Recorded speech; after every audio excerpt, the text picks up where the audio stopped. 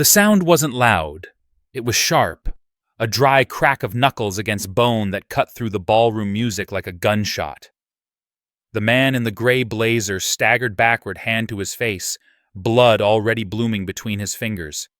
Gasps rippled through the crowd. A violin screeched to a stop. Somewhere near the bar, a woman dropped a champagne flute. It shattered, but no one looked down. All eyes locked on the woman standing perfectly still at the center of the room. Claire Morgan did not raise her voice. She did not flinch. Her breathing stayed slow, controlled, almost surgical. One hand remained clenched at her side, knuckles pale as if her body hadn't yet been informed that she'd just struck a guest at the most exclusive charity gala in Westchester County. Security started moving. Too late. Did you just hit him? Someone whispered loud enough to be heard. Claire turned her head slightly, not toward the bleeding man, but toward the long table where the board members sat. Her eyes were dark, steady, unapologetic. "He grabbed me," she said. The room went still. For a split second, no one spoke. Then laughter broke out from the far end of the table. Not the kind born of humor, the kind that came from disbelief. "Jesus," a man chuckled. "This is why you don't hire locals." Claire's jaw tightened. She felt it before she thought it. The familiar heat rising behind her eyes. The instinct to swallow it down. To shrink. To survive. She did neither. The gala was being held in the Whitlock estate, a restored stone mansion overlooking the Hudson. Old money, real money. The kind that liked to pretend it still ran the country. The guest list read like a museum plaque. Retired senators, defense contractors, banking families whose names were carved into buildings and buried in scandals no one talked about anymore. Claire wasn't supposed to be visible here. She was supposed to move quietly between tables, refill water glasses, clear plates, smile when spoken to, and disappear when not. That was the rule. She broke it the moment his hand closed around her wrist. Claire hissed Linda Foster, the event coordinator, rushing toward her. Linda was in her late 50s, hair shellacked into place, pearls tight around her neck like armor. "What are you doing?" Claire didn't answer. Her eyes were on the man she'd hit. He was staring at her now, stunned rage replacing shock. He wore a donor badge clipped to his lapel. Gold trim. 7-figure contributor. "You assaulted me," he said, voice shaking. "Do you know who I am?" Claire finally looked at him. Really looked. The slack mouth, the watery eyes, the smell of bourbon clinging to his breath. "Yes," she said. "You're drunk." A murmur rolled through the room. Linda's face drained of color. "Claire," she said again, lower this time. "You need to step outside. Right now." 2 security guards closed in. Their hands hovered near Claire's arms, unsure. She noticed. She always noticed. The hesitation, the calculation, the way people weighed risk when touching someone like her. "Ma'am," one of them said, "please come with us." Claire exhaled slowly. She felt the pulse in her throat. She felt the room pressing in the eyes, the judgment. In their minds, the story had already been written. Working-class woman. Overreacted. Lost control. Ruined a night meant for people who mattered. She glanced once toward the head table. That was when she saw him. He hadn't stood. He hadn't moved at all. But unlike everyone else, he wasn't looking at her with surprise or disgust or amusement. He was studying her the way a surgeon studies an X-ray. Calm, focused, interested. Daniel Harper sat alone, slightly apart from the others, his chair angled just enough to suggest distance. Early 60s, silver hair, no name tag, no donor ribbon. Just a dark suit that fit too well to be rented and shoes polished by someone who didn't need the money. He held his wine glass loosely untouched. Claire didn't know who he was, but something in her chest tightened anyway. "Take her out," the bleeding man snapped. "I want her gone, and I want a report filed." Linda nodded too quickly. "Of course. Absolutely. We'll handle it." The word handle made Claire's mouth go dry. As the guards guided her toward the side door, voices followed. "Unbelievable. Violence at a charity event. These people have no self-control." Claire's heels clicked against the marble floor. Each step echoed louder than the last. She focused on the sound, the rhythm, anything to keep her face still. She'd learned that trick years ago, back when showing emotion had consequences. Just before the doors closed behind her, she heard a chair scrape against the floor. Not rushed, not dramatic, deliberate. She turned her head. Daniel Harper had stood. The movement was subtle, but it rippled through the room like a shift in gravity. Conversations died mid-sentence. Even Linda froze. "Before you remove her," Daniel said. His voice wasn't loud. It didn't need to be. It carried the weight of someone used to being obeyed. "I'd like to hear what happened." Linda blinked. I'm sorry, sir, this is an internal matter." Daniel didn't look at her. His eyes were still on Claire. "She said he grabbed her," he continued. "Is that true?" The bleeding man scoffed. "She's lying." Daniel tilted his head. "Just slightly. Then this will be easy." He looked at the guards. "Check the cameras." A pause. Linda's lips parted. "The cameras are for security only." Daniel finally turned to her. The air shifted. Claire felt it like a pressure change before a storm. "And I'm asking for security," he said. Silence stretched. "Too long." Linda swallowed. I'll have to clear that." Daniel nodded once. "Do that." The guards hesitated, then stepped back. Claire felt the release immediately. Not relief. Awareness. The bleeding man stared incredulous. "Do you know how much I donate to this organization?" Daniel's gaze slid to him, cool and appraising. "Do you know how many organizations I fund?" The room inhaled as one. No one laughed this time. Claire stood there, heart pounding, the story cracking open in front of her. She didn't know what came next. She only knew this was no longer about a wrist or a punch or a ruined evening. Something bigger had just entered the frame. And for the first time that night, Claire Morgan was no longer invisible. The hallway smelled like lemon polish and old stone, the kind of clean that existed to reassure donors rather than protect workers. Claire stood with her back against the wall, arms crossed tight over her ribs, while two security guards pretended not to watch her. Her pulse was loud in her ears. Not panic, calculation. She had learned the difference a long time ago. Through the heavy oak doors, voices bled in and out, low, controlled, then sharp. Someone raised their voice, quickly hushed. Shoes scraped across marble. A phone vibrated. Linda Foster emerged first. Her smile was gone. In its place was something brittle, stretched thin. "They're pulling the footage," Linda said, not meeting Claire's eyes. "Until then, you'll wait here." Claire nodded once. No apology, no explanation, just waiting. She was good at that too. Minutes passed, or maybe longer. Time behaved differently when your future sat on the other side of a locked door. She replayed the moment again. Not the punch, the hand, the grip, the pressure, the way his thumb pressed just hard enough to hurt while his face stayed pleasant, conversational, like they were sharing a private joke. You don't make a scene. That was the rule, the unspoken contract. You absorb it, you move on. Tonight, she hadn't. A door opened. One guard leaned toward the other, murmured something. The second guard's posture changed. Straighter. Alert. Claire noticed.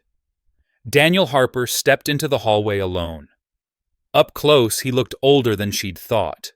Lines at the corners of his eyes, a faint scar near his temple pale against his skin. His presence wasn't loud. It was precise. Like everything about him had been pared down to what mattered.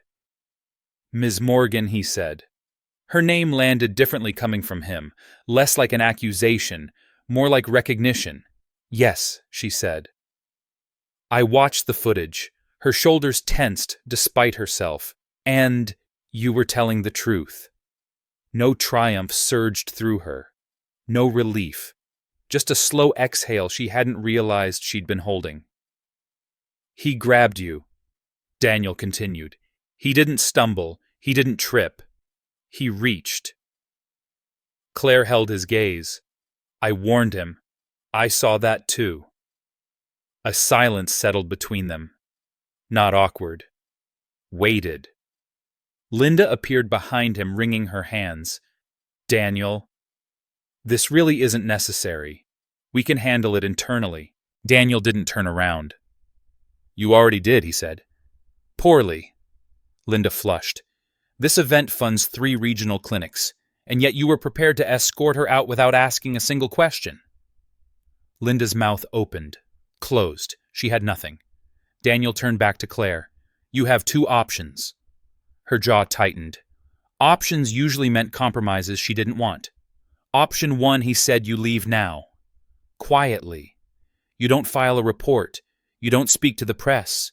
You get paid for the night, plus a bonus from the foundation. He gets a warning. Everyone moves on. Claire didn't answer. Option 2. Daniel continued. You stay. You file a formal complaint. The board is notified. The donor is removed from the premises. The footage is archived. And this becomes public. Linda inhaled sharply. Daniel, that would be catastrophic. For whom he asked calmly. Claire's mind raced. Public meant scrutiny. It meant interviews. It meant her life pulled apart by people who would decide whether she was credible, sympathetic, acceptable. She'd seen it happen before. To women with more money, more support, more protection than she had. "What happens to my job?" Claire asked. Daniel didn't hesitate. "You don't work here anymore." "Either way." Linda bristled. "That's not fair." "No," Daniel agreed. "It's honest." Claire studied him. The steadiness, the absence of flattery. He wasn't selling her anything. He wasn't rescuing her. He was offering leverage. "What happens to him?" she asked. Daniel's eyes sharpened. "If you choose option 2, he loses more than an invitation." Claire thought of rent, of her mother's medication, of the drawer at home filled with unpaid bills arranged in neat, hopeless stacks. She thought of the women watching her in the ballroom, measuring her worth by how well she swallowed humiliation. She lifted her chin. Option 2. Linda let out a sound somewhere between a gasp and a groan. "Claire, please think about this." "I am," Claire said. "For once." Daniel nodded. "Just once. Approval without sentiment." "Good," he said. "Then let's proceed." The donor was escorted out 10 minutes later. Not quietly, not gracefully. His face was red, his voice hoarse from shouting. Phones appeared despite the staff's best efforts. Whispers turned into murmurs, turned into something electric. Claire watched from the edge of the room, invisible again, but differently now. The story had shifted. She felt it. So did everyone else. Daniel didn't look at her when the man passed by, spitting threats under his breath. He was already speaking to the board chair voice, low measured, dismantling excuses with surgical calm. By the end of the night, the gala limped to a close. Guests left early, donations stalled, the air was thick with damage control. Linda approached Claire near the coat check, eyes glossy. "You didn't have to do that," she said quietly. Claire met her gaze. "Yes," she said. "I did." Outside, the night was cold and clean. The Hudson stretched black and endless beyond the iron gates. Claire wrapped her coat tighter around herself and started toward the bus stop. "Ms. Morgan." She turned. Daniel stood a few feet away, hands in his pockets. No entourage, no rush. "You did the harder thing," he said. She shrugged. "We'll see." "I would like to speak with you again," he continued. "Not tonight. Tomorrow. Somewhere public. Neutral." Her instinct screamed caution. Men like him didn't ask without reasons. About what she asked. "A job," he said. She almost laughed. "I'm a server." Daniel's mouth curved, not quite a smile. "You're observant. Controlled under pressure. You assess risk quickly. And you don't bend just because the room expects you to. That's not a job description. It is where I work." Claire studied him. The confidence, the restraint, the sense that whatever world he occupied it ran parallel to hers without ever touching. "Why me?" she asked. Daniel's gaze didn't waver. "Because tonight, when everyone else saw a problem, you saw a line and refused to let it be crossed." A car pulled up behind him. Quiet. Expensive. The driver waited without looking. Daniel reached into his jacket and extended a card. "Think about it," he said. "Call me if you want to hear more." She took the card. Heavy stock. Simple font. No title. Just a name. Daniel Harper. And a number. He nodded once and got into the car. As it pulled away, Claire stood alone under the yellow glow of the street lamp, the card warm in her palm. She didn't know what waited on the other end of that number. She only knew that tonight had cracked something open, and whatever came next would not be small. The diner was nearly empty at 9 in the morning, the kind of hour when the coffee tasted burned and honest, and the waitresses knew your order before you sat down. Claire took the booth by the window. Vinyl cracked softly under her weight. Outside traffic crept along Route 9 like it had nowhere better to be. She set Daniel Harper's card on the table between the sugar dispenser and the chipped ceramic mug already sweating heat into her palm. She had not called him. Not last night when sleep refused to come. Not at dawn when her phone buzzed with a message from her mother asking if the gala job had gone well. Not even an hour ago when she stood in the bathroom staring at her own reflection, searching for the woman everyone else seemed to think they'd seen. The bell over the diner door rang. Daniel stepped inside, scanning the room once before his eyes found her. No suit today. Dark coat. Open collar. He looked less like power and more like someone who understood how to carry it without display. "You picked a good place," he said as he slid into the booth across from her. "No cameras. No audience." Public Claire replied. "Like you said. Neutral," he corrected gently. A waitress approached. Daniel ordered coffee. Black. Claire didn't ask for anything. She already had what she needed to stay awake. They sat in silence until the waitress walked away. "You didn't call," Daniel said. "I wanted to see if you would—" Claire answered. A flicker of something crossed his face. Amusement, maybe, or respect. "Fair," he said. "Then I'll be direct." She nodded once. "The incident last night wasn't isolated," Daniel continued. "Not for him. Not for the Foundation. And not for you." Claire stiffened. "Explain. The donor you struck has a pattern. Complaints. Settlements. Non-disclosure agreements signed by women who needed rent money more than justice." Daniel's voice remained even, but the words carried weight. "Last night created a record he can't erase." Claire's fingers curled around the mug. "So I did you a favor." Daniel shook his head. "You did yourself one." The waitress returned set. Daniel's coffee down lingered a beat too long. Her eyes darted between them, curious. Daniel didn't notice. Claire did. "What job were you talking about?" Claire asked. Daniel leaned back, studying her as if adjusting a lens. "I run a private risk and compliance firm.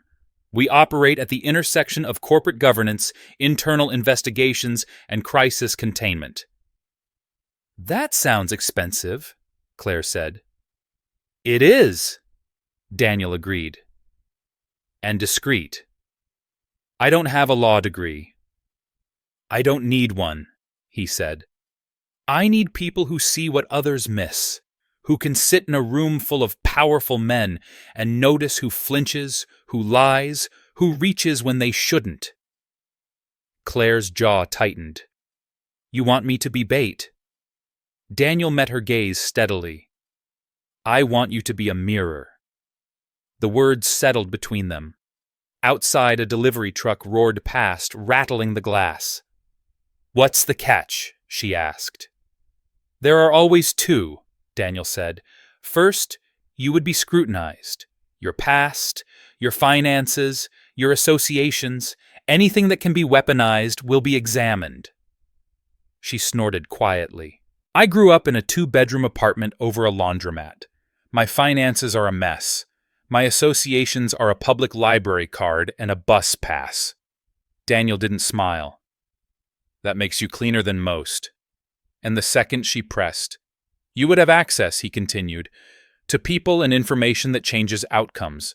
Once you see it, you can't unsee it. This work is not forgiving." Claire thought of her mother's pills lined up by the sink, of the voicemail from the foundation that morning, polite and final, thanking her for her service and wishing her well. "What's the pay?" she asked. Daniel named a number, in words, enough to quiet the noise in her head, enough to make breathing easier. Her pulse jumped despite her best efforts.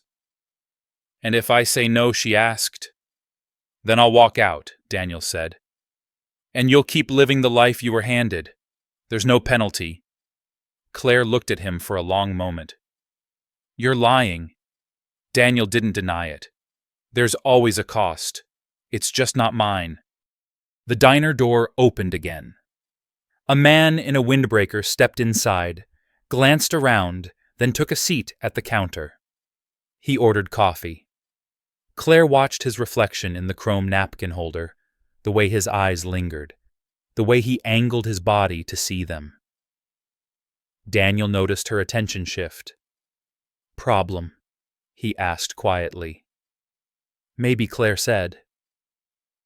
"Or maybe I'm paranoid." Daniel's gaze flicked once toward the counter. Subtle, efficient. "You're not." The man lifted his phone, pretended to scroll, the camera lens angled just enough. Claire's stomach dropped. "Press?" "Not yet," Daniel said. "But they're learning your name." The waitress returned with the check. Daniel waved it away, stood. "We should go." They exited separately, Daniel holding the door just long enough to be polite. Outside, the air had warmed. The sky hung low and gray. A black sedan idled across the street. Claire stopped. "Is that yours?"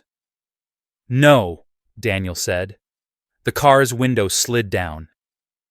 "Claire Morgan," a voice called. She turned. A woman leaned out from the passenger seat, late 40s, sharp eyes, press badge clipped to her jacket. "Emily Ross," the woman said. "Channel 7. Can I ask you a question about last night?" Claire's throat went dry. Daniel stepped closer, not touching her, but close enough that she could feel the steadiness of him. "She's not commenting," he said. Emily smiled tightly. "We're hearing conflicting accounts." Claire inhaled, then spoke. "He grabbed me," she said. "I defended myself." Emily's eyes sharpened, and the man who intervened, Daniel, didn't move. No comment. Emily studied him. "You're not staff." "No," Daniel said. "Who are you?" Emily asked. Daniel held her gaze. Someone who doesn't like bullies. The sedan door opened behind them. A driver stepped out. Daniel turned to Claire. "I'll give you a day," he said quietly. "Think about it. Then decide." He handed her a second card. This one heavier. No name, just an address in Midtown and a time. Emily watched him go, curiosity blazing. "You don't look like a victim," Emily said to Claire. Claire met her eyes. "That's because I'm not." Emily hesitated, then nodded. "Call me if you change your mind." When the reporter left, Claire stood alone on the sidewalk, the city humming around her. 2 cards in her coat pocket, 2 futures pressing in. She looked once more at the black sedan disappearing into traffic, at the address printed on the card at the man at the counter, who was now very obviously pretending to be someone else. Claire turned away. Whatever this was, it had already started, and she had the unsettling sense that saying yes would not make her safer. It would make her visible in ways that couldn't be undone. She walked toward the bus stop anyway, spine straight, breath steady, carrying the weight of a choice that would pull her into a world that did not forgive hesitation. The building on 47th didn't announce itself. No logo, no sign. Just glass steel and a security desk that looked more like a customs checkpoint than a lobby. Claire arrived 10 minutes early. She always did. The habit came from years of needing to prove she respected other people's time more than her own. The guard scanned her ID, paused, then looked up at her face again. Not suspicious, curious. He typed something, waited for a confirmation that didn't come immediately. "Go ahead," he said finally. "Top floor, elevator 3. The doors closed with a soft thud that felt final. As the elevator climbed, Claire watched her reflection in the mirrored wall. She looked the same. Same coat, same scuffed boots, same controlled expression, but something underneath was shifting, tightening, preparing. The doors opened directly into a wide, quiet floor, washed in natural light. No cubicles, no clutter. Just glass offices, long tables, and people who moved with purpose, but without hurry. Daniel Harper stood near the windows, back to her phone, pressed to his ear. "Freeze the transfer," he said. "Now. I don't care what it costs. If it clears, we lose leverage." He ended the call and turned as if he'd known she was there the whole time. "You came?" he said. "So did you," Claire replied. A faint smile touched his mouth. "Fair again." He gestured toward a conference room. "Before we talk, there's something you should see." Inside, a woman sat alone at the table, fingers laced tightly together. Mid-30s, professional suit. Eyes rimmed red but dry, like she'd already cried as much as she could afford. "This is Rachel Kim," Daniel said. She used to work for a logistics firm that serviced 3 federal contracts. Rachel stood halfway, then sat back down, unsure. "Hi." Claire nodded. "Hi." Daniel closed the door. "Rachel, tell her why you're here." Rachel took a breath that shook despite her effort to steady it. "I reported misconduct," she said. "Falsified safety reports. Overloaded shipments. Things that could have killed people." Claire's stomach tightened. "They buried it," Rachel continued. "Then they buried me, fired me, sued me for breach of contract. I was about to lose my house when Mr. Harper stepped in." Claire looked at Daniel. "You're a fixer.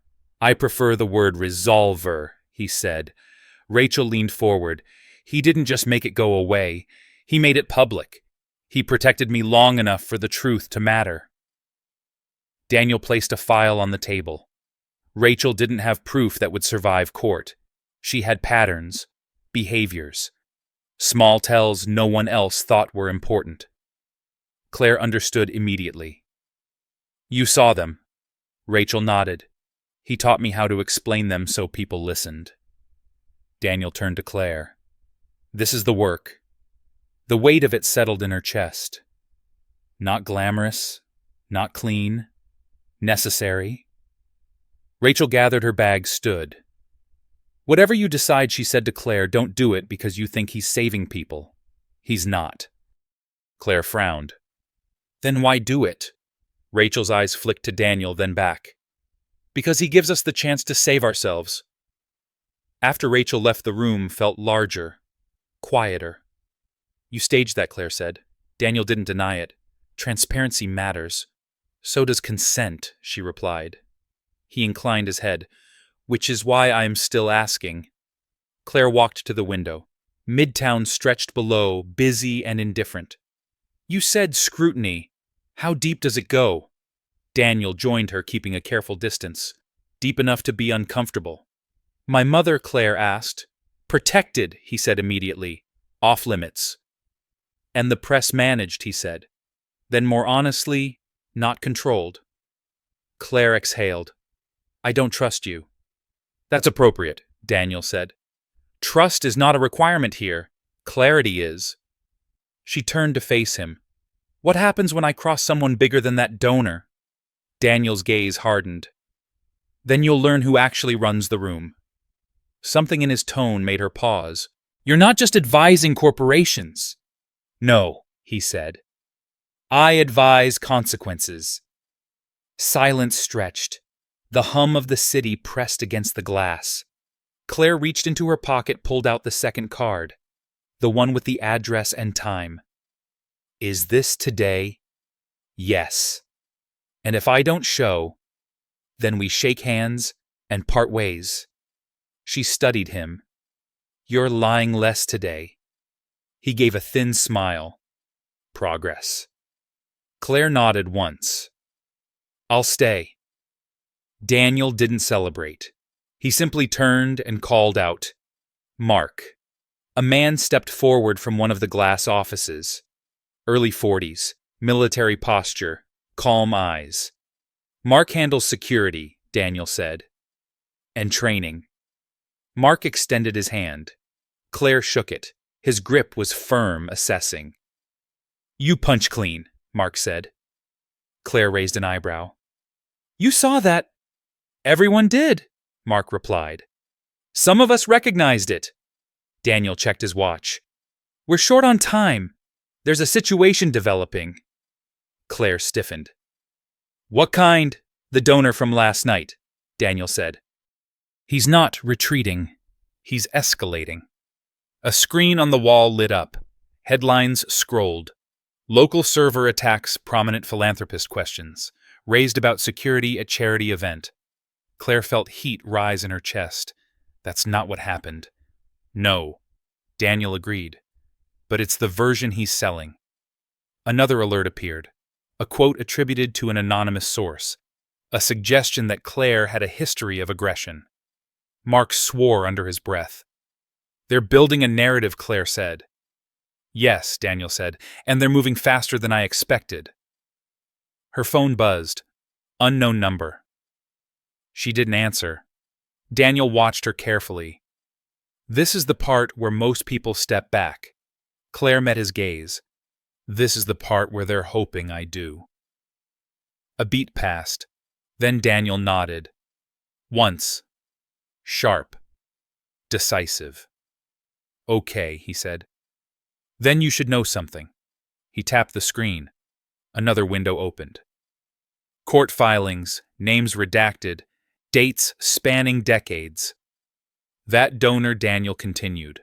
He's one of several. They share lawyers, PR firms, and a habit of using women like collateral. Claire swallowed. Why hasn't this come out? Daniel's voice dropped. Because every time it tries, someone blinks. He looked at her. Not as a test, as a warning. They're going to try to make you blink. Claire straightened her shoulders. Then let's disappoint them. For the first time, Daniel smiled fully.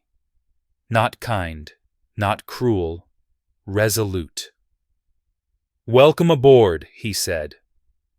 Outside, sirens wailed in the distance. Somewhere across the city, a machine had been set in motion that did not care about fairness or truth. But for the first time, Claire Morgan wasn't facing it alone.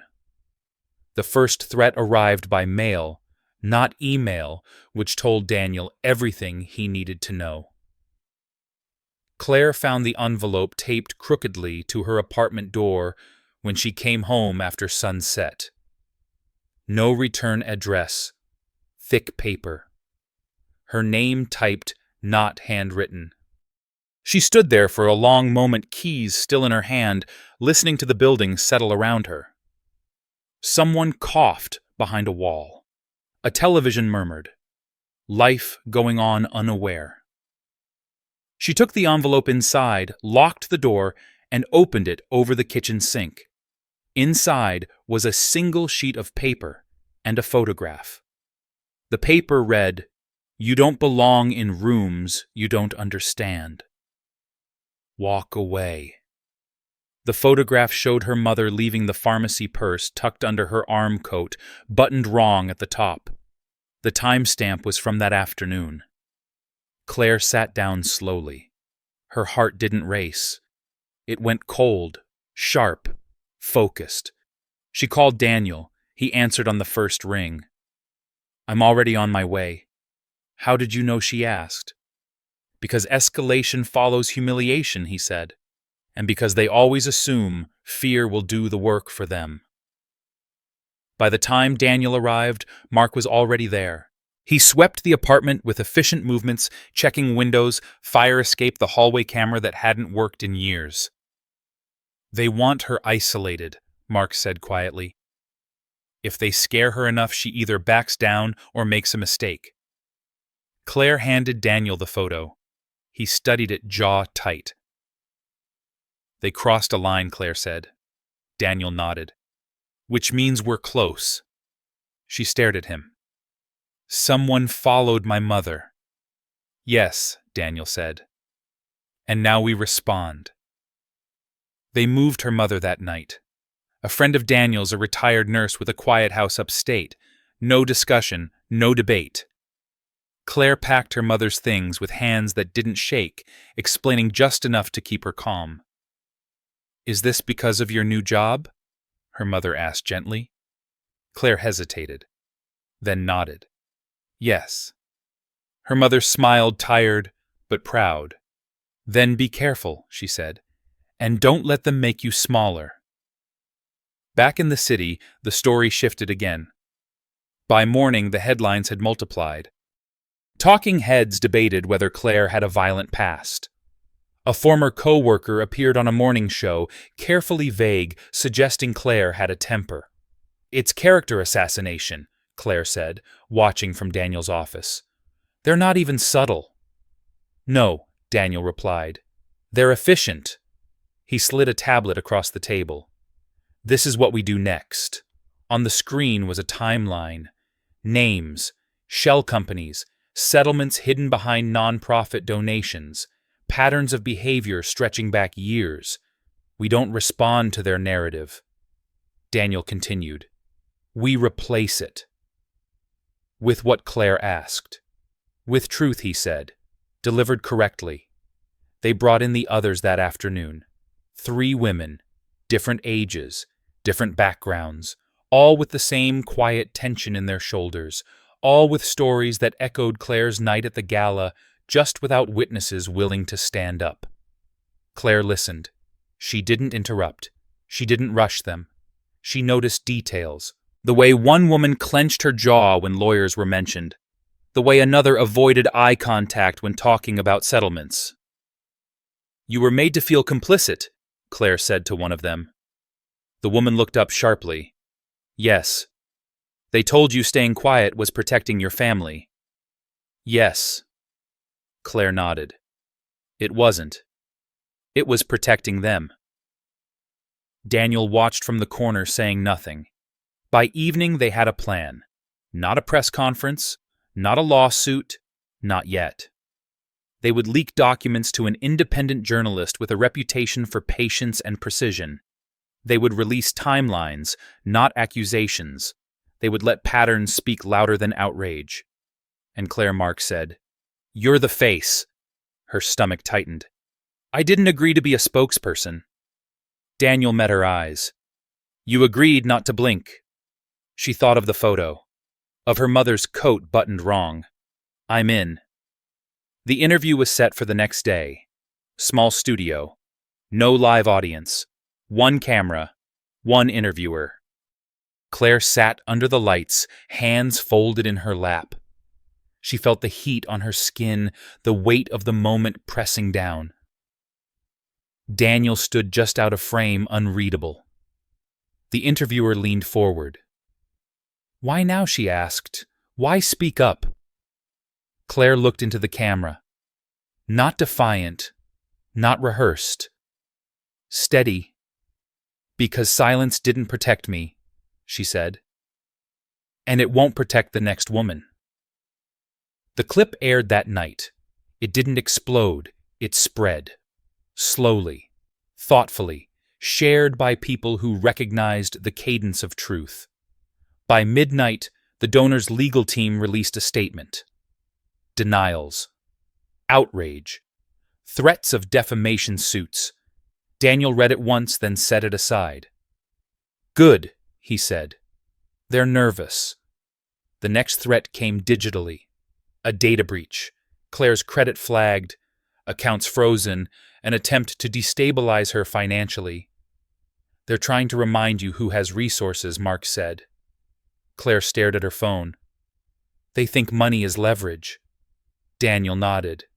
"It usually is." He made a call. Quiet. Brief. Within an hour, the accounts were restored, the breach traced back to a contractor tied to one of the donor's shell companies. Now, Daniel said, "We document." The pressure mounted over the next days. Protesters outside the office. Some supportive, some hostile. A brick through a window late one night, followed by an anonymous tip blaming Claire for provoking it.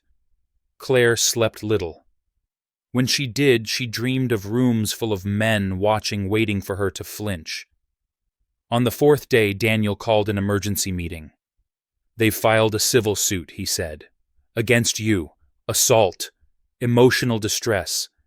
They're asking for damages that would bury you." Claire felt the room tilt. "I don't have that kind of money." "You don't need it," Daniel said. "This isn't about winning.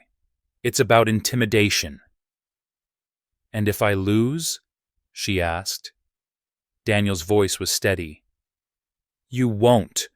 "How do you know?" "Because he said they made a mistake." He turned the screen toward her. "A new document, a deposition transcript from years ago overlooked, misfiled. They contradicted themselves." Daniel continued. "And they did it under oath." Claire's breath caught. "This could destroy them." "Yes," Daniel said. "If we time it right." She looked at him. "What if they come after my mother again?" "They won't," Daniel said. "Not now." "Why?" Because he said quietly, "They've realized you're not alone. And they're starting to understand who they're actually fighting." Claire studied his face. The calm, the control, the edges of something darker beneath. "Who are they fighting?" she asked. Daniel didn't answer immediately. When he did, his voice was low. "Someone who has spent his life watching men like this think they're untouchable," he said, "and making sure they learn otherwise." Outside, thunder rolled over the city, the storm finally breaking. Claire leaned back in her chair, exhaustion and resolve mixing into something fierce. "Then let's finish it," she said. Daniel nodded. "We will." Somewhere across town, phones rang. Meetings were called, contingency plans drafted. Power shifted quietly, inexorably. And in a small apartment upstate, Claire's mother slept peacefully, unaware that her daughter was standing at the center of a reckoning that would ripple far beyond one gala, one donor, one punch. This was no longer about survival. It was about consequence. The courthouse steps were slick with morning rain, the stone darkened to the color of old bruises. Claire stood at the bottom, coat buttoned to her throat, listening to the city breathe around her. Traffic hissed.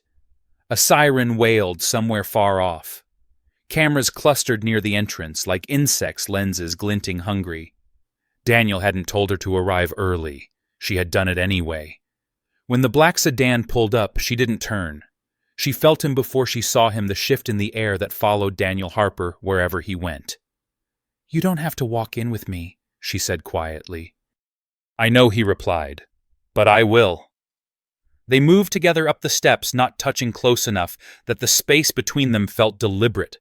The cameras surged. Questions flew. "Ms. Morgan, are you afraid, Mr. Harper? Are you bankrolling this case? Is this about money or revenge?" Claire didn't slow. Daniel didn't look at them. Inside the courthouse smelled like paper and disinfectant. The hallways were narrow, designed to compress people, to make them feel smaller than the law. Claire felt it try. She refused. They passed the defendant's legal team outside the courtroom. Expensive suits, polished shoes, faces schooled into practiced concern. The donor sat among them, jaw set, eyes hard. When he saw Claire, something flickered. Not confidence. Calculation. Good, she thought. Let him calculate. The hearing began on time. The judge was older, gray-haired, with the kind of expression that suggested she'd seen every trick and resented having her time wasted. The donor's attorney spoke first. He framed the case as a tragic misunderstanding, a respected philanthropist, a volatile employee, a moment of chaos blown out of proportion. Claire listened, hands folded, breathing steady.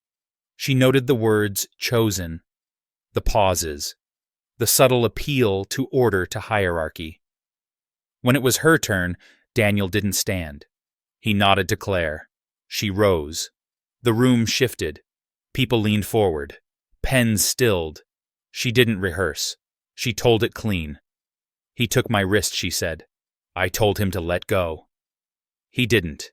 I defended myself." The attorney scoffed. "No medical records support injury."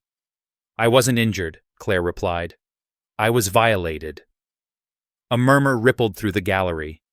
The judge raised a hand. Silence fell. Daniel stood, then unhurried. "Your Honor," he said, "we'd like to submit evidence." Screens flickered on. Security footage played. Clear. Unedited. The donor's hand unmistakable. The angle of his wrist. The pressure. The room inhaled. The donor's attorney shifted. "Your Honor, context matters." "It does," the judge agreed. "And context appears to be on the screen." The hearing stretched. Objections rose and fell. Daniel dismantled each one patiently, laying out timelines, contradictions, patterns. Not with drama, with inevitability. When it ended, the judge leaned back. "This court finds no basis for the plaintiff's claims," she said. "Case dismissed." The gavel struck. Outside, the storm had passed. Sunlight broke through the clouds, sharp and unforgiving. The donor emerged, surrounded by his lawyers, face pale with fury. He didn't look at Claire. He didn't have to. She could feel the weight of his hatred like heat. "Ms. Morgan," a reporter called. "Do you feel vindicated?" Claire paused. She turned. The cameras steadied. "I feel heard," she said. "That's enough." Daniel watched her from a few steps back, something like pride flickering across his face before it vanished. They didn't celebrate. They never did. Victory, Daniel believed, was best treated like a quiet transaction. Back at the office, the phones rang non-stop. Messages flooded in. Support, Threats, requests. Mark leaned against the wall, arms crossed. "They're scrambling," he said. "3 of his partners pulled out this morning." Daniel nodded. "It won't stop." Claire sank into a chair, exhaustion finally catching up. "I thought it would feel different." Daniel met her gaze. "You thought it would feel finished." "Yes." "It rarely does," he said. "Power doesn't surrender. It relocates." Her phone buzzed. A message from her mother. A photo of a cup of tea on a sunlit porch. "Feeling stronger today. Proud of you." Claire swallowed hard. That night Daniel invited her to his apartment. Not as a meeting, as a pause. The building was quiet, high. The city spread beneath them, lights blinking like signals. He poured 2 glasses of water. No alcohol. He never drank on nights like this. "You were steady," he said. "In there." "I was terrified," she replied. "Both can be true." She studied him. "Why do you do this?" He leaned against the counter, eyes on the city. "Because once a long time ago, someone asked me the same question you asked that night." "Why me?" And I didn't have an answer that felt clean," he said. "So I built one." Silence settled. Comfortable. Heavy. "There's something else," he added. "The other women. They want to go public. Together." Claire's chest tightened. "That will blow everything open." "Yes." "And you?" "I'll back them," Daniel said. "But they want you with them." Claire looked out the window. The city didn't care about courage. It cared about momentum. "I'll do it," she said finally. Daniel nodded. "Then we prepare." The press conference was set for the following week. A small room, no grandstanding. Just statements, faces, names. The donor resigned from 2 boards before it happened. On the morning of the conference, Claire stood at the podium flanked by the women who had once been silent. She felt their presence like a current. She spoke not of pain, but of patterns, of systems, of how easily harm hid behind respectability. The room listened. By evening, the story had changed again. Investigations opened. Sponsors withdrew. Apologies surfaced hollow and late. Daniel watched it unfold from his office hands, clasped behind his back. "You did this," he said to Claire. She shook her head. "We did." He smiled, just slightly. That night, as the city settled, Claire walked home alone. No cameras, no escorts. Just the hum of streetlights and the rhythm of her steps. She thought of the woman she had been months ago. Invisible. Careful. Contained. She wasn't that woman anymore. And somewhere men who had never learned the meaning of consequence were beginning to understand that the rules they'd written no longer protected them. Not tonight. Not ever again. The silence after the press conference was louder than the chaos that had come before. Claire felt it the next morning, standing at her kitchen sink, staring at a mug she'd forgotten to fill. No buzzing phone, no shouting headlines. Just the low hum of the refrigerator and the distant thud of someone's footsteps above her ceiling. This was the part no one prepared you for. The day after you stop running. Her phone vibrated once. A text from Daniel. "Office, 9:30. No rush." No rush was new. When she arrived, the building felt different, not quieter, sharper. People looked up when she passed, not with curiosity, with recognition, the kind that carried expectation. Mark intercepted her near the elevators. "We've got a situation." She didn't ask which one. "How bad depends who you ask," he said. "Good for us. Bad for them." Daniel was already in the conference room, jacket off sleeves rolled a legal pad filled with tight handwriting in front of him. He didn't look up when she entered. "They're counterattacking," he said. "Not legally. Strategically." A screen lit up. A familiar face appeared. The donor's former attorney, now framed as a whistleblower. "They're trying to reframe the narrative," Claire said. "Yes," Daniel replied. "They're painting this as a coordinated takedown, claiming extortion, implying we manipulated testimony." "Did we?" she asked. Daniel finally looked at her.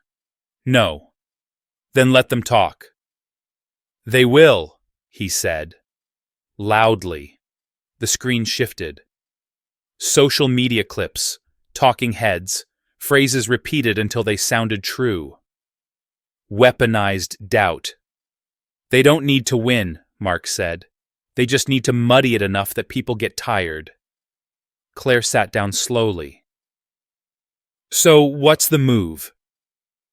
Daniel closed his notebook. "We don't respond." She frowned. "That's it. For now," he said.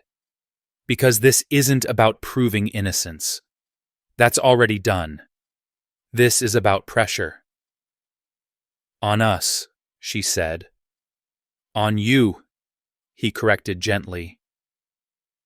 The weight of that landed. "They can't reach you legally," Daniel continued. "So they'll try socially, professionally. They'll look for fractures. And if they find one," Claire asked. Daniel's voice was calm. "Then we learn who's still standing." By noon, the fractures appeared. An email from a non-profit rescinding an invitation to speak. Polite, regretful, concerned about optics. A voicemail from a potential landlord suddenly unavailable.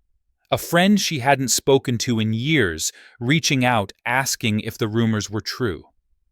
Claire deleted the voicemail without listening to the end. By mid-afternoon, Daniel's office received a formal inquiry from a Senate subcommittee. Not hostile, curious, interested in Daniel's firm, its methods, its funding. "They're fishing," Mark said. "They always do," Daniel replied. "Power hates competition. It can't regulate." Claire watched him closely. "You expected this?" "Yes. And you're not worried?" "No." She studied his face. The control, the certainty. Why Daniel stood walked to the window. The city spread beneath him indifferent. "Because he said they're asking the wrong questions." He turned back. "They think this is about influence." "And it's not," Claire asked. "It's about accountability," he said. "And that scares them more." That evening, Claire met one of the women from the press conference for dinner. A small Italian place. Quiet. Comfortable. "I'm exhausted," the woman admitted, stirring her pasta. "But I don't regret it." Claire nodded. "Me neither." "They called my husband's office today," the woman continued. "Asked if he was comfortable being associated with me." Claire's jaw tightened. "What did he say?" "He told them he'd never been prouder." Claire smiled. Small. Real. On the walk home, her phone rang. Unknown number.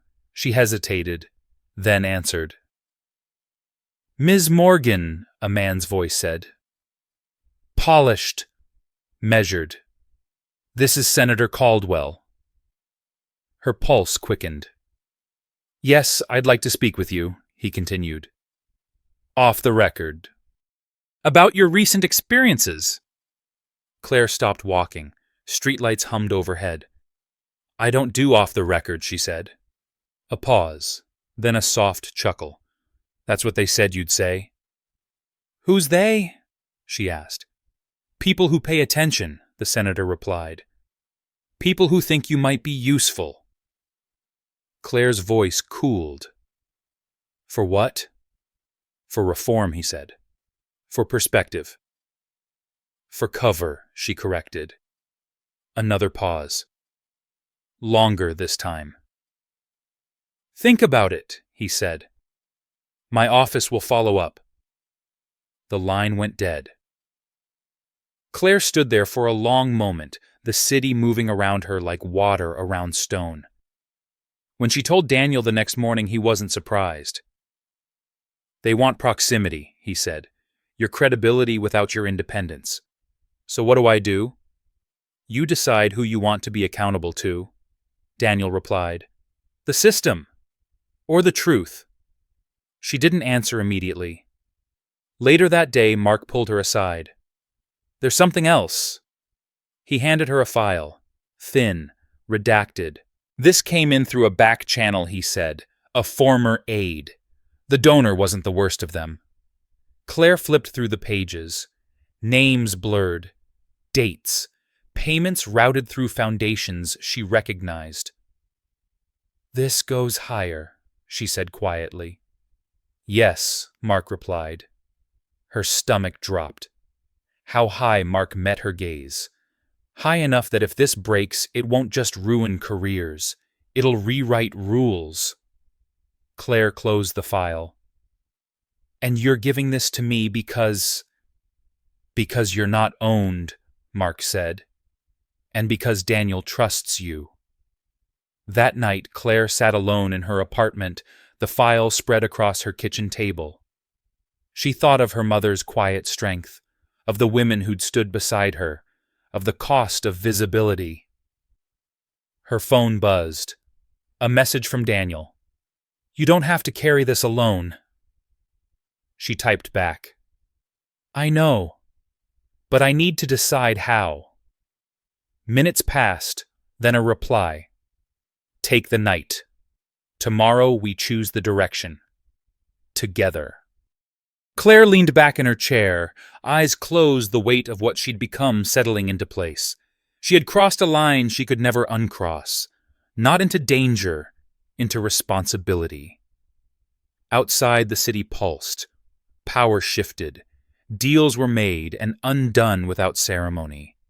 And somewhere men who had always assumed silence would protect them were beginning to realize they had underestimated the one thing they could not control. A woman who had learned how to stand and stay. The meeting took place underground, 3 floors below street level, where cell service died and time felt suspended. Claire followed Daniel through a security corridor that smelled faintly of concrete dust and ozone. Doors opened without badges. Cameras tilted away as they passed. Nothing was announced. Everything was anticipated. "This isn't your office," Claire said. "No," Daniel replied. "It's where things go when they're too sensitive for glass walls." They entered a room shaped like a long rectangle, windowless, softly lit. A single table. 5 chairs. 4 already occupied. The people seated there didn't look alike. Different ages. Different styles. One thing unified them. Stillness. The kind that came from being used to decisions that carried weight. Daniel took the seat at the head of the table without ceremony. He gestured for Claire to sit beside him, not across. That mattered. "This is Claire Morgan," Daniel said. "She's the reason we're here. No applause, no introductions, just measured looks." An older woman with iron gray hair spoke first. "You're the server." "I was," Claire said. The woman nodded. "You're also the variable." A man to her left leaned forward. "We've reviewed the file Mark shared. It's incomplete." "On purpose," Daniel said. "What's here is enough to confirm patterns, not enough to trace back to origin, which is why you brought her the man said eyes on Claire." Daniel didn't answer. He didn't need to. Claire felt the weight settle. This wasn't a committee. It wasn't oversight. This was leverage being assessed. "You know what this is?" the gray-haired woman said to Claire. "A line?" "Yes," Claire replied. "And you crossed it already?" "Yes." The woman studied her.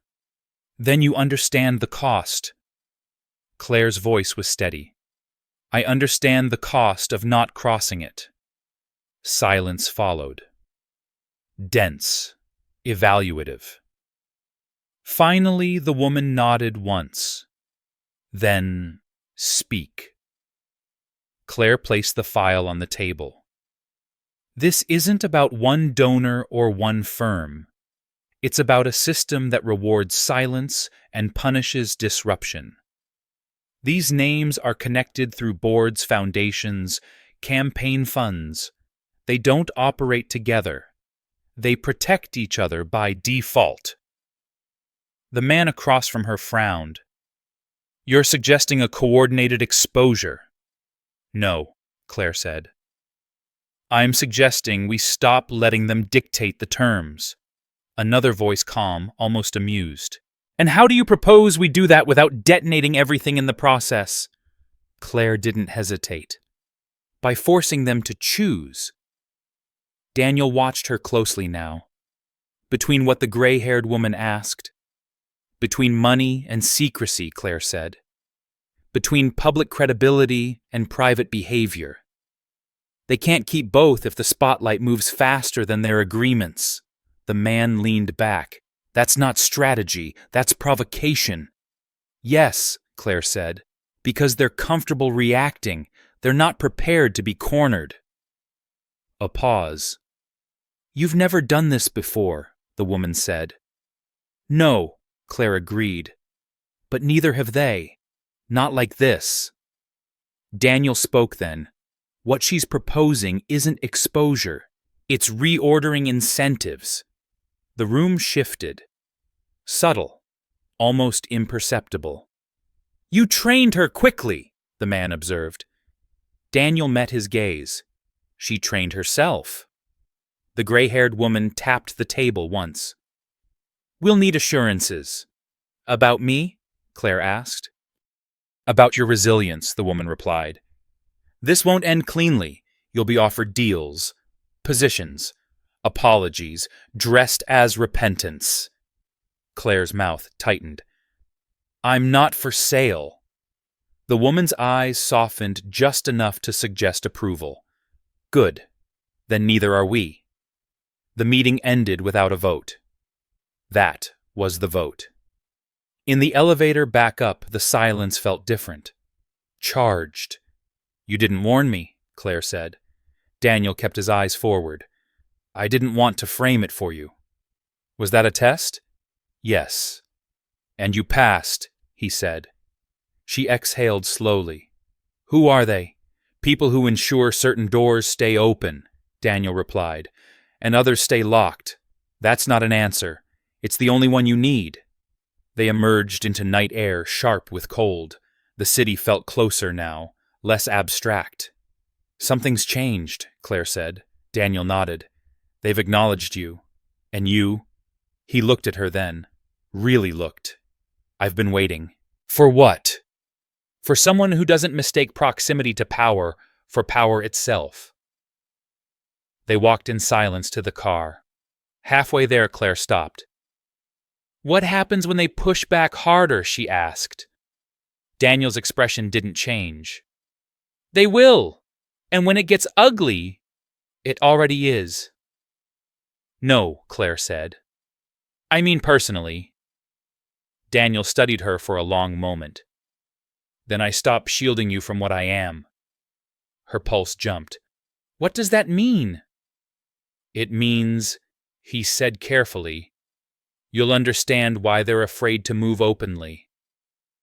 The next morning, the first offer arrived. A foundation position, advisory, generous compensation, public praise, private conditions. Claire forwarded it to Daniel without comment. By noon, 2 more followed. Then a call from the senator again, this time less polite. By evening, an op-ed appeared praising Claire's courage while gently suggesting it was time for healing for compromise. They're trying to absorb you, Mark said. Claire stared at the screen. I won't be absorbed. No, Daniel said. You'll be isolated. She turned to him. Is that worse? Only if you're alone, he replied. That night, Daniel took her somewhere else. Not underground. High. A building with no name. A private elevator. A view that made the city look like a map. "This is where I work," Daniel said. Claire stepped out slowly. The space was vast, spare, deliberate. Screens lined one wall, each showing different markets, different time zones. "This isn't compliance," she said. "No." Daniel agreed. "What is it?" He met her gaze. "This is where leverage becomes consequence." Her breath caught. "You run more than a firm." "Yes," he said. "And you waited until now to show me because once you see this," he said, "you can't pretend you don't understand the scale." She walked to the window, the city stretched beneath her like circuitry. "They'll come after you." Daniel's voice was calm. "They already have." She turned back. "Then why haven't they won?" A pause. Then quietly, "Because they don't know which rules I'm playing by." Claire felt it then. The shift. The realization that the man beside her had never been a buffer. He had been a boundary.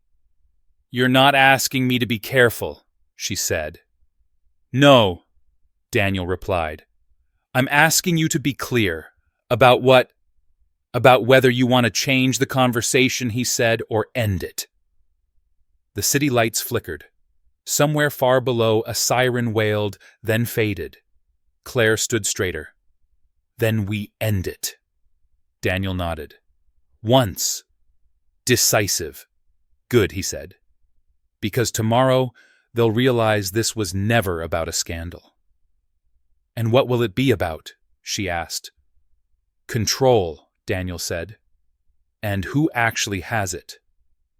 For the first time, Claire understood that the line she'd crossed wasn't behind her. It was ahead, and she was already walking toward it.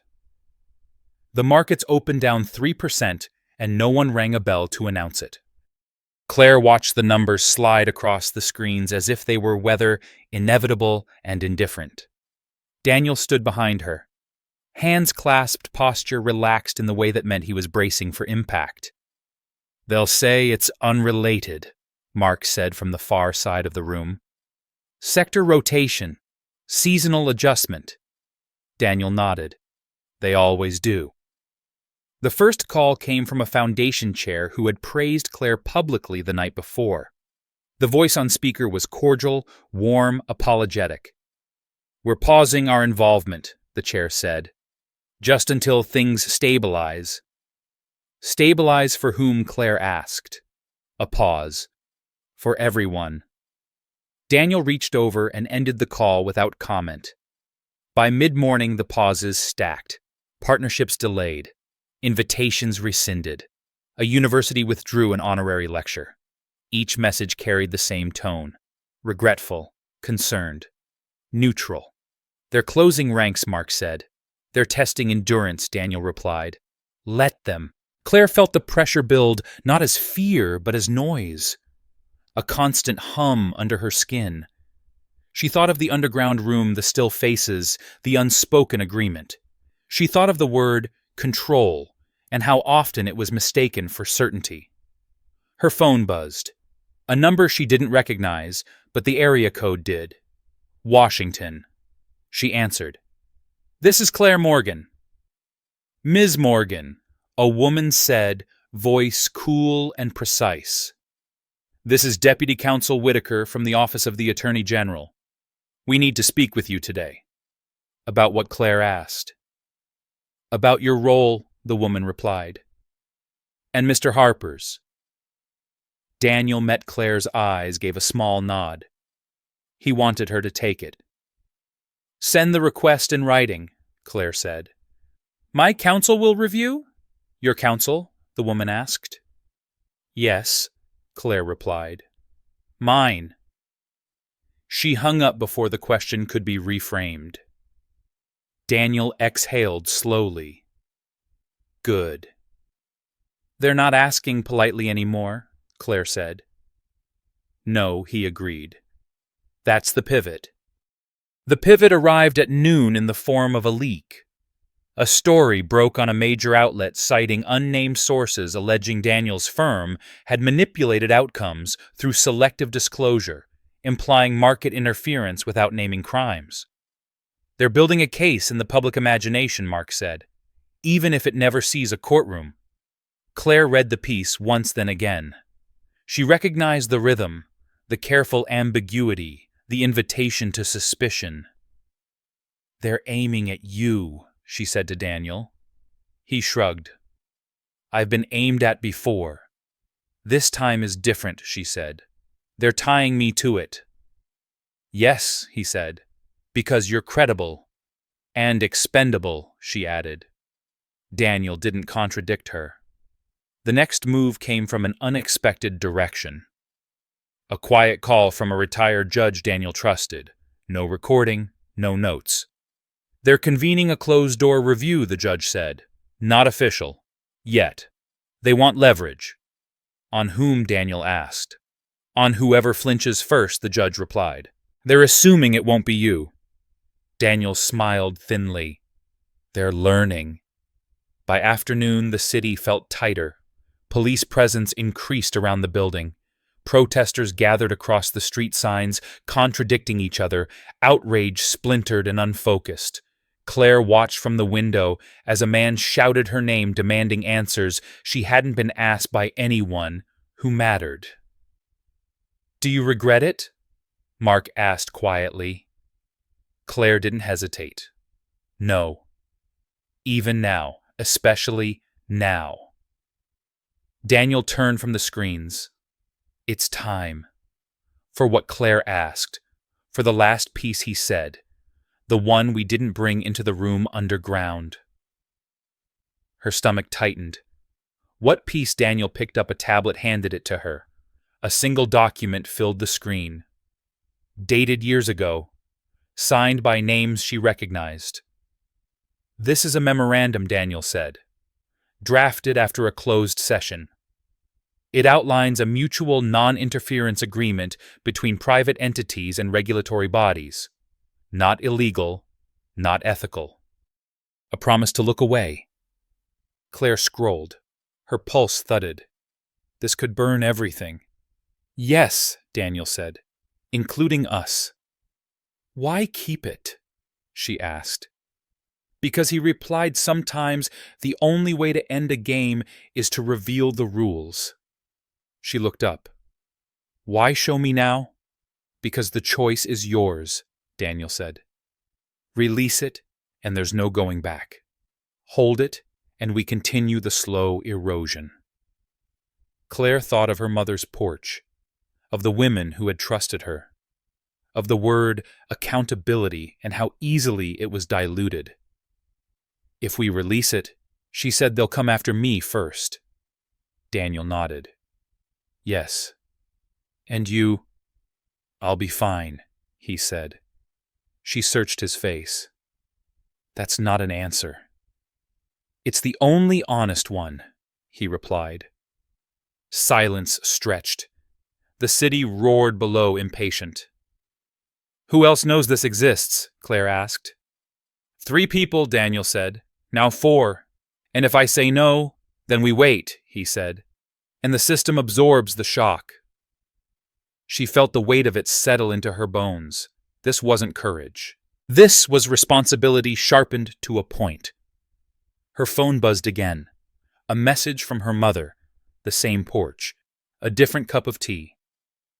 The caption read, "I'm still proud." Claire closed her eyes, then opened them. "Prepare the release," she said. Daniel didn't move for a moment.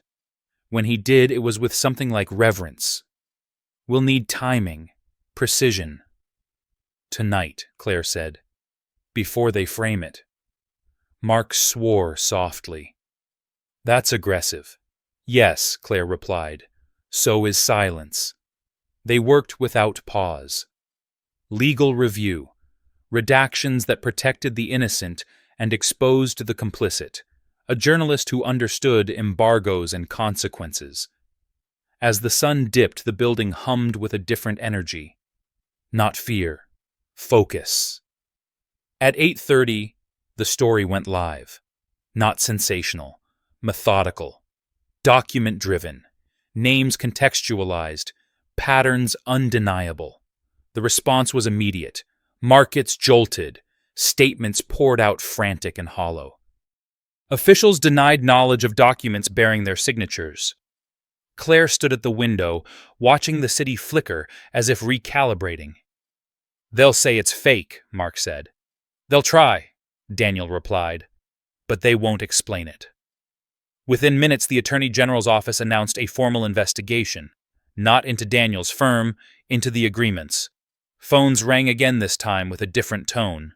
Urgent, defensive, apologetic. Claire's phone rang once more. The senator. She let it ring. "Are you ready?" Daniel asked quietly. "For what she said. For the part where they stop pretending this is about you," he replied, "and start making it personal." She nodded. "I've been ready since the night I stopped being invisible." Outside, the protesters quieted, confused by the shift. Above them, power scrambled unsteady on its feet. Claire felt no triumph, only clarity. Whatever came next would not be negotiated. It would be decided. The city woke up quieter than usual, as if it were holding its breath. Claire stood on the balcony just before sunrise, wrapped in a borrowed coat, watching the skyline fade from black to steel blue. Somewhere below, delivery trucks hummed early trains, rattled life, insisting on continuity.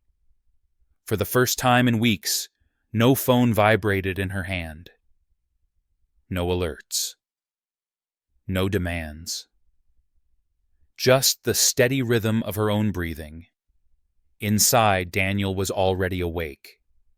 She could hear him moving through the apartment, measured footsteps, the soft click of a kettle, the scrape of a chair. He hadn't slept much, neither had she. But there was a difference this morning. The tension hadn't vanished. It had settled into something firmer. Decided. She stepped back inside. Daniel stood at the kitchen counter, sleeves rolled, tie undone, reading a printed document like he didn't trust screens anymore. "It started," he said without looking up. Claire nodded. "I know." He slid the paper across to her. A formal announcement. Independent counsel appointed. Subpoenas issued. A timeline attached. "They moved faster than expected," she said. "They had to?" Daniel replied. "Once daylight hit certain agreements, they wrought quickly." She scanned the names. Some familiar. Some she had never expected to see in ink. The scale of it made her chest feel tight, not with fear, but with the weight of consequence. "What happens now?" she asked. Daniel leaned back against the counter, studying her. Now the story stops being about courage and starts being about endurance. Outside, a helicopter passed low, the sound echoing between buildings. Claire watched its shadow move across the street like a slow sweep of judgment. By mid-morning, the calls resumed. Different this time. Not threats, invitations, requests for statements, carefully worded messages from people who wanted to be on the right side of history without admitting where they'd stood before. Claire declined them all. At noon, she walked alone to a small courthouse 3 blocks away. No cameras waited. No crowd gathered. She signed a document, simple and unceremonious, formalizing her role as a cooperating witness in multiple investigations. The clerk barely looked at her. When she stepped back into the street, the city swallowed her again. That anonymity felt earned. That afternoon, Daniel finally allowed himself to sit. Not in front of a screen, just a chair by the window. He looked older there, the lines in his face deeper, the armor lowered. "You don't have to stay," he said quietly when Claire joined him. "This part doesn't require you." Claire shook her head. "It does, just differently." He studied her for a long moment. "You know they'll try to write you into a corner." "I know," she said. "They already tried to write me out once." A ghost of a smile crossed his face. "You changed the math." Not alone, she replied. Daniel exhaled slow. No. But you were the variable they didn't account for. The days that followed unfolded without drama. That was the strangest part. No explosions, no arrests broadcast live. Just resignations, committees disbanded, donations quietly returned. A recalibration so subtle most people would miss it unless they knew where to look. Claire watched it happen from a distance. She visited her mother upstate one weekend, sat on the porch with her drank tea as the leaves began to turn. They didn't talk about investigations or documents or power. They talked about weather, about neighbors, about a life that felt for the first time in a long while like it wasn't shrinking. You seem lighter, her mother said, watching her closely. I am, Claire replied. Her mother nodded. That's what happens when you stop carrying other people's silence. On the drive back to the city, Claire thought about the word visibility, how it had once meant danger, how it had become something else entirely. Weeks later, she stood in a different room, smaller, warmer. No security corridor, no screens. 5 women sat in a loose circle, coffee cups in hand, coats draped over chairs. No podium, no microphones. They talked about rebuilding, about what came after being believed. Claire listened more than she spoke. When she did speak, it was without rehearsal. I don't know what justice looks like long term, she said, but I know what it feels like when the truth finally has room to breathe. They nodded, not because it sounded good, because it felt familiar. That night, Daniel walked her home. The city lights reflected in puddles from an earlier rain, fractured and beautiful. You were right, he said, stopping outside her building. About what? About ending the conversation instead of changing it. She met his gaze. You'll be fine. He smiled, tired but real. So will you. They stood there a moment longer. No promises, no declarations. Just the quiet understanding that whatever paths they took next, they had altered the terrain together. Claire went upstairs, unlocked her door, and stood in the center of her apartment. It looked the same. Same furniture, same narrow kitchen, same window facing the street. But the air felt different. She sat at the small table, opened her laptop, and began to write. Not a statement, not a defense, a record. Clear, human, unembellished. Not for the people who already agreed with her. For the ones still watching, unsure, deciding whether silence was safer. Outside, the city moved on. Inside, something had settled into place.